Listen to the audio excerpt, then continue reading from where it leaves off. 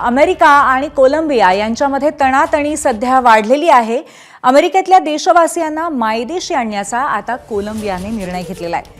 कोलंबियाने आधी आपल्या नागरिकांना मायदेशी आणण्यास नकार दिला होता, पण आता मात्र सन्मानाने त्यांना आणण्यासाठी कोलंबियाच्या अध्यक्षांनी स्वतःचं विमान पाठवले।